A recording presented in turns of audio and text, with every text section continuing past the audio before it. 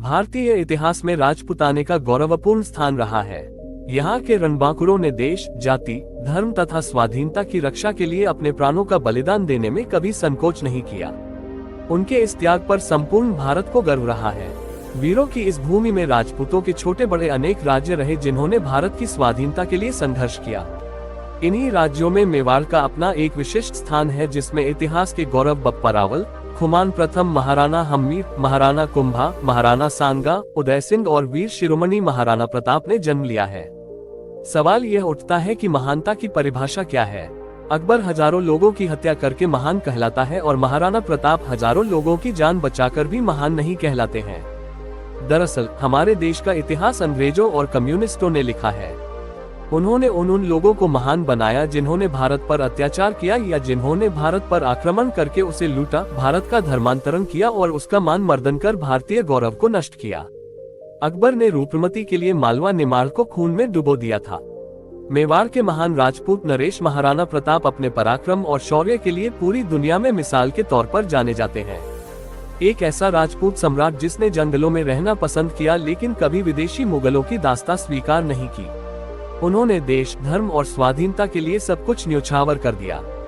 कृष्ण जन्मभूमि में अजगर की फुफकार से सहम गया था स्वार्थी अकबर। कितने लोग हैं जिन्हें अकबर की सच्चाई मालूम है और कितने लोग हैं जिन्होंने महाराणा प्रताप के त्याग और संघर्ष को जाना। प्रताप के काल में दिल्ली में तुर्क सम्राट अकबर का शासन था, जो भारत के सभी राजा महाराजाओं को अपने अधीन कर मुगल साम्राज्य की स्थापना कर इस्लामिक परचम को पूरे हिंदुस्तान में फहराना चाहता था। इसके लिए उसने नीति और अनीति दोनों का ही सहारा लिया। 30 वर्षों के लगातार प्रयास के बावजूद अकबर महाराणा प्रताप को बंदी न बना सका। मीना बाजार का कामी कीड़ा अकबर महान। जन्म। महाराणा प्रताप का जन्म 9 मई 1540 ईस्वी को राजस्थान के कुंभलगढ़ दुर्ग में हुआ था, लेकिन उनकी जयंती हिंदी तिथि के अनुसार ज्येष्ठ शुक्ल तृतीया को मनाई जाती है। उनके पिता महाराजा उदय सिंह और माता रानी जीवत कंवर थी। वे राणा सांगा के पौत्र थे। महाराणा प्रताप को बचपन में सभी कीका नाम लेकर पुकारा करते थे। महाराणा प्रताप की जयंती विक्रमी संवत कैलेंडर के अनुसार प्रतिवर्ष ज्येष्ठ मास के शुक्ल पक्ष तृतीया को मनाई जाती है। राज्याभिषेक। महाराणा प्रताप का राज्याभिषेक गोगुंदा में हुआ था। राणा प्रताप के पिता उदय सिंह ने अकबर से भयभीत होकर मेवाड़ त्याग कर अरावली पर्वत पर डेरा डाला और उदयपुर को अपनी नई राजधानी बनाया था। हालांकि तब मेवाड़ भी उनके अधीन ही था। महाराणा उदय सिंह ने अपनी मृत्यु के समय अपने छोटे पुत्र को गद्दी सौंप दी थी, जो कि नियमों के विरुद्ध था। उदय सिंह की मृत्यु के बाद राजपूत सरदारों ने मिलकर 1628 फाल्गुन शुक्ल 15 अर्थात 1 मार्च 1576 को महाराणा प्रताप को मेवाड़ की गद्दी पर बैठाया। वासना के भूखे अकबर को दुर्गावती का करारा जवाब। उनके राज्य की राजधानी उदयपुर थी। राज्य सीमा मेवाड़ थी। 1568 से 1597 ईस्वी तक उन्होंने शासन किया। उदयपुर पर यवन, तुर्क आसानी से आक्रमण कर सकते हैं, ऐसा विचार कर तथा सामंतों की सलाह से प्रताप ने उदयपुर छोड़कर कुंभलगढ़ और गोगुंदा के पहाड़ी इलाके को अपना केंद्र बनाया। कुल देवता। महाराणा प्रताप उदयपुर, मेवाड़ में सिसोदिया राजवंश के राजा थे। उनके कुल देवता एकलिंग महादेव हैं। मेवाड़ के राणाओं के आराध्य देव एकलिंग महादेव का मेवाड़ के इतिहास में बहुत महत्व है। एकलिंग महादेव का मंदिर उदयपुर में स्थित है। मेवाड़ के संस्थापक बप्पा रावल ने 8वीं शताब्दी में इस मंदिर का निर्माण करवाया और एकलिंग की मूर्ति की प्रतिष्ठापना की थी। प्रताप के पिता उदय सिंह ने प्रताप को जब नहीं सौंपी राजगद्दी तो जगमल सिंह। उदय सिंह का अपनी समस्त रानियों में से भटियानी रानी पर सर्वाधिक प्रेम था। इसी कारण उन्होंने भटियानी रानी के पुत्र जगमल सिंह को प्रताप सिंह पर वरीयता प्रदान कर अपना उत्तराधिकारी घोषित कर दिया था। प्रताप सिंह ज्येष्ठ पुत्र होने के कारण स्वाभाविक उत्तराधिकारी थे। उन्होंने अपनी मृत्यु के समय जगमल को राजगद्दी सौंप दी। उदय सिंह की यह नीति गलत थी, क्योंकि राजगद्दी के हकदार महाराणा प्रताप थे। प्रजा तो महाराणा प्रताप से लगाव रखती थी।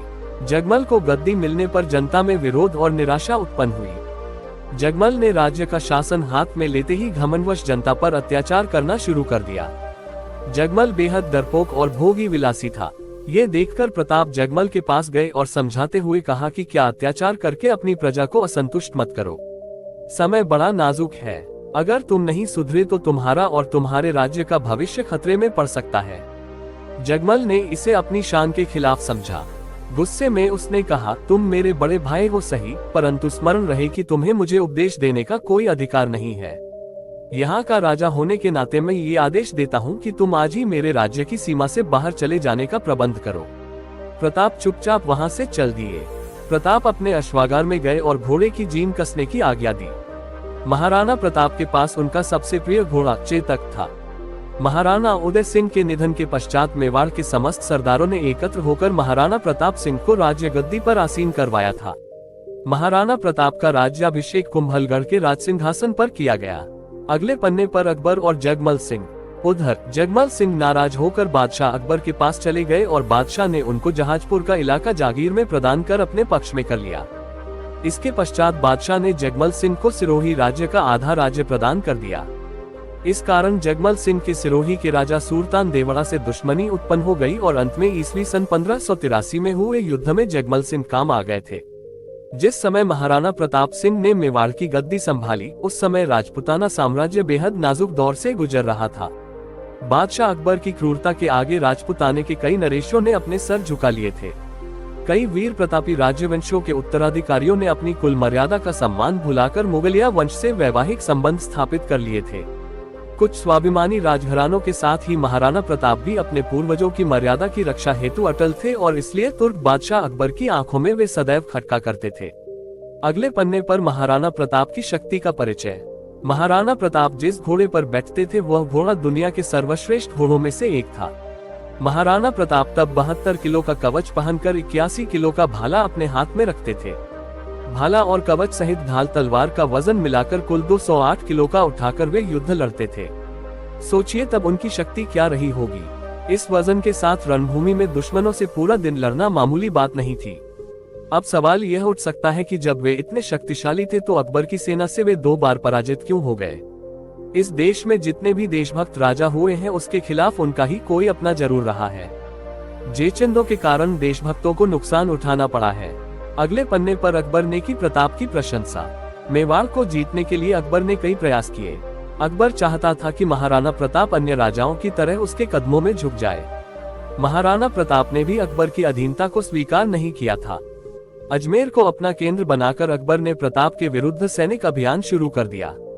महाराणा प्रताप ने कई वर्षों तक मुगलों के सम्राट अकबर की सेना के साथ संघर्ष किया। मेवाड़ की धरती को मुगलों के आतंक से बचाने के लिए महाराणा प्रताप ने वीरता और शौर्य का परिचय दिया। प्रताप की वीरता ऐसी थी कि उनके दुश्मन भी उनके युद्ध कौशल के कायल थे। उदारता ऐसी कि दूसरों की पकड़ी गई मुगल बेगमों को सम्मान पूर्वक उनके पास वापस भेज दिया था। इस योद्धा ने साधन सीमित होने पर भी दुश्मन के सामने सिर नहीं झुकाया और जंगल के कंदमूल खाकर लड़ते रहे। माना जाता है कि इस योद्धा की मृत्यु पर अकबर की आंखें भी नम हो गई थी। अकबर ने भी कहा था कि देशभक्त हो तो ऐसा हो। अकबर ने कहा था, इस संसार में सभी नाशवान हैं। राज्य और धन किसी भी समय नष्ट हो सकता है, परंतु महान व्यक्तियों की ख्याति कभी नष्ट नहीं हो सकती। पुत्रों ने धन और भूमि को छोड़ दिया, परंतु उसने कभी अपना सिर नहीं झुकाया। हिंद के राजाओं में वही एकमात्र ऐसा राजा है जिसने अपनी जाति के गौरव को बनाए रखा है। अगले पन्ने पर हल्दी घाटी का विश्व प्रसिद्ध युद्ध। मेवाड़ पर आक्रमण। अपनी विशाल मुगलिया सेना, बेमिसाल बारूद खाने, युद्ध की नवीन पद्धतियों के जानकारों से युक्त सलाहकारों, गुप्तचरों की लंबी फेरहिस्त कूटनीति के उपरांत भी जब तुर्क बादशाह अकबर समस्त प्रयासों के बाद भी महाराणा प्रताप को झुकाने में असफल रहा तो उसने आमेर के महाराजा भगवानदास के भतीजे कुंवर मानसिंह, जिसकी बुआ जोधाबाई अकबर जैसे विदेशी से ब्याही गई थी, को विशाल सेना के साथ डूंगरपुर और उदयपुर के शासकों को अधीनता स्वीकार करने हेतु विवश करने के लक्ष्य के साथ भेजा। मानसिंह की सेना के समक्ष डूंगरपुर राज्य अधिक प्रतिरोध नहीं कर सका। इसके बाद कुंवर मानसिंह महाराणा प्रताप को समझाने हेतु उदयपुर पहुंचे।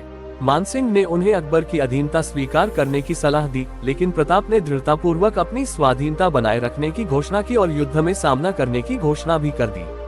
मानसिंह के उदयपुर से खाली हाथ आ जाने को बादशाह ने करारी हार के रूप में लिया तथा अपनी विशाल मुगलिया सेना को मानसिंह और आसफ खां के नेतृत्व में मेवाड़ पर आक्रमण करने के लिए भेज दिया।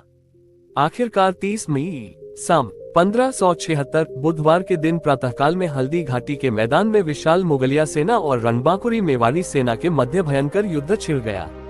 मुगलों की विशाल सेना टिड्डी दल की तरह मेवाड़ भूमि की ओर उमड़ पड़ी। उसमें मुगल, राजपूत और पठान योद्धाओं के साथ जबरदस्त तोपखाना भी था।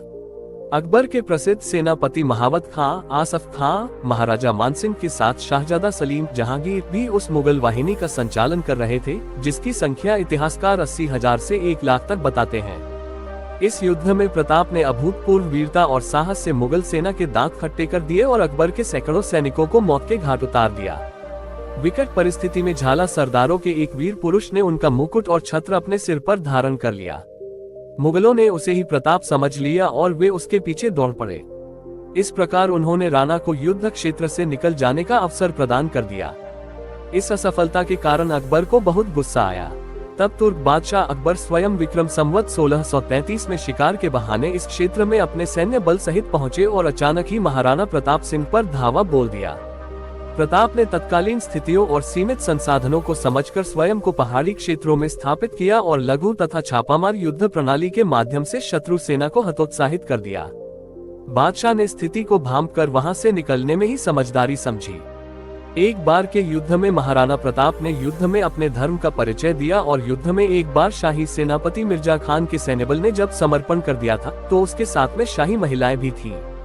महाराणा प्रताप ने उन सभी के सम्मान को सुरक्षित रखते हुए आदरपूर्वक मिर्जा खान के पास पहुंचा दिया। जहांगीर से युद्ध, बाद में हल्दी घाटी के युद्ध में करीब 20,000 राजपूतों को साथ लेकर महाराणा प्रताप ने मुगल सरदार राजा मानसिंह के 80,000 की सेना का सामना किया। इसमें अकबर ने अपने पुत्र सलीम जहांगीर को युद्ध के लिए भेजा था। जहांगीर को भी मुंह की खाना पड़ी और वह भी युद्ध का मैदान छोड़कर भाग गया। बाद में सलीम ने अपनी सेना को एकत्रित कर फिर से महाराणा प्रताप पर आक्रमण किया और इस बार भयंकर युद्ध हुआ। इस युद्ध में महाराणा प्रताप का प्रिय घोड़ा चेतक घायल हो गया था। राजपूतों ने बहादुरी के साथ मुगलों का मुकाबला किया, परंतु मैदानी तोपों तथा बंदूकधारियों से सुसज्जित शत्रु की विशाल सेना के सामने समूचा पराक्रम निष्फल रहा। युद्धभूमि पर उपस्थित 22,000 राजपूत सैनिकों में से केवल 8,000 जीवित सैनिक युद्धभूमि से किसी प्रकार बचकर निकल पाए। महाराणा प्रताप को जंगल में आश्रय लेना पड़ा। चेतक का पराक्रम। महाराणा प्रताप के सबसे प्रिय घोड़े का नाम चेतक था। चेतक बहुत ही समझदार और स्थिति को पल में ही भांप जाने वाला घोड़ा था। उसने कई मौकों पर महाराणा प्रताप की जान बचाई थी। हल्दी घाटी युद्ध के दौरान प्रताप अपने पराक्रमी चेतक पर सवार हो पहाड़ की ओर जा रहे थे, तब उनके पीछे 2 मुगल सैनिक लगे हुए थे। चेतक ने तेज रफ्तार पकड़ ली, लेकिन रास्ते में एक पहाड़ी नाला बह रहा था। युद्ध में घायल चेतक फुर्ती से उसे लंघ गया, परंतु मुगल उसे पार न कर पाए। चेतक नाला तो लंघ गया, पर अब उसकी गति धीरे धीरे कम होती गई और पीछे से मुगलों के घोड़ों की टापें भी सुनाई पड़ी। उसी समय प्रताप को अपनी आवाज सुनाई पड़ी, हो नीला घोड़ा रहा सवार। प्रताप ने पीछे मुड़कर देखा तो उसे एक ही अश्वारोही दिखाई पड़ा और वह था उनका भाई शक्ति सिंह। प्रताप के साथ व्यक्तिगत विरोध ने उसे देशद्रोही बनाकर अकबर का सेवक बना दिया था और युद्धस्थल पर वह मुगल पक्ष की तरफ से लड़ रहा था। जब उसने नीले घोड़े को बिना किसी सेवक के पहाड़ की तरफ जाते हुए देखा तो शक्ति सिंह भी चुपचाप उसके पीछे चल पड़ा था। लेकिन शक्ति सिंह ने दोनों मुगलों को मौत के घाट उतार दिया। जीवन में पहली बार दोनों भाई प्रेम के साथ गले मिले थे। इस बीच चेतक जमीन पर गिर पड़ा और जब प्रताप उसकी काठी को खोलकर अपने भाई द्वारा प्रस्तुत घोड़े पर रख रहा था, चेतक ने प्राण त्याग दिए। बाद में उस स्थान पर एक चबूतरा खड़ा किया गया जो आज तक उस स्थान को इंगित करता है। अगले पन्ने पर प्रताप का वनवास। महाराणा प्रताप का हल्दी घाटी के युद्ध के बाद का समय पहाड़ों और जंगलों में ही व्यतीत हुआ। अपनी गुरिल्ला युद्ध नीति द्वारा उन्होंने अकबर को कई बार मात दी। महाराणा प्रताप चित्तौड़ छोड़कर जंगलों में रहने लगे। महारानी, सुकुमार राजकुमारी और कुमार घास की रोटियों और जंगल के पोखरों के जल पर ही किसी प्रकार जीवन व्यतीत करने को बाध्य हुए। अरावली की गुफाएं ही अब उनका आवास थी और शिला ही शैया थी। महाराणा प्रताप को अब अपने परिवार और छोटे छोटे बच्चों की चिंता सताने लगी थी। मुगल चाहते थे कि महाराणा प्रताप किसी भी तरह अकबर की अधीनता स्वीकार कर दीन-ए-इलाही धर्म अपना लें। इसके लिए उन्होंने महाराणा प्रताप तक कई प्रलोभन संदेश भी भिजवाए, लेकिन महाराणा प्रताप अपने निश्चय पर अडिग रहे। प्रताप राजपूत की आन का वह सम्राट, हिंदुत्व का वह गौरव सूर्य इस संकट त्याग तप में अडिग रहा। धर्म के लिए, देश के लिए और अपने सम्मान के लिए ये तपस्या वंदनीय है। कई छोटे राजाओं ने महाराणा प्रताप से अपने राज्य में रहने की गुजारिश की, लेकिन मेवाड़ की भूमि को मुगल आधिपत्य से बचाने के लिए महाराणा प्रताप ने प्रतिज्ञा की थी कि जब तक मेवाड़ आजाद नहीं होगा वे महलों को छोड़ जंगलों में निवास करेंगे। स्वादिष्ट भोजन को त्याग कंदमूल और फलों से ही पेट भरेंगे, लेकिन अकबर का आधिपत्य कभी स्वीकार नहीं करेंगे। जंगल में रहकर ही महाराणा प्रताप ने भीलों की शक्ति को पहचानकर छापामार युद्ध पद्धति से अनेक बार मुगल सेना को कठिनाइयों में डाला था। बाद में मेवाड़ के गौरव भामाशाह ने महाराणा के चरणों में अपनी समस्त संपत्ति रख दी। भामाशाह ने 20 लाख अशरफियां और 25 लाख रुपए महाराणा को भेंट में प्रदान किए। महाराणा इस प्रचुर संपत्ति से पुनः सैन्य संगठन में लग गए। इस अनुपम सहायता से प्रोत्साहित होकर महाराणा ने अपने सैन्य बल का पुनर्गठन किया तथा उनकी सेना में नवजीवन का संचार हुआ। महाराणा प्रताप सिंह ने पुनः कुंभलगढ़ पर अपना कब्जा स्थापित करते हुए शाही फौजों द्वारा स्थापित थानों और ठिकानों पर अपना आक्रमण जारी रखा। मुगल बादशाह अकबर ने विक्रम संवत 1635 में एक और विशाल सेना शाहबाज खान के नेतृत्व में मेवाड़ भेजी। इस विशाल सेना ने कुछ स्थानीय मदद के आधार पर वैशाख कृष्ण 12 को कुंभलगढ़ और केलवाड़ा पर कब्जा कर लिया तथा गोगुंदा और उदयपुर क्षेत्र में लूटपाट की। ऐसे में महाराणा प्रताप ने विशाल सेना का मुकाबला जारी रखते हुए अंत में पहाड़ी क्षेत्रों में पनाह लेकर स्वयं को सुरक्षित रखा और चावंड पर पुनः कब्जा प्राप्त किया। शाहबाज खान आखिरकार खाली हाथ पुनः पंजाब में अकबर के पास पहुंच गया। चित्तौड़ को छोड़कर महाराणा ने अपने समस्त दुर्गों का शत्रु से पुनः उद्धार कर लिया। उदयपुर को उन्होंने अपनी राजधानी बनाया।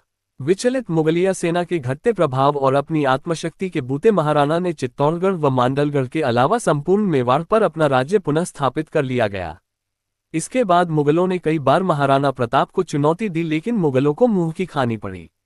आखिरकार युद्ध और शिकार के दौरान लगी चोटों की वजह से महाराणा प्रताप की मृत्यु 29 जनवरी 1597 को चावंड में हुई।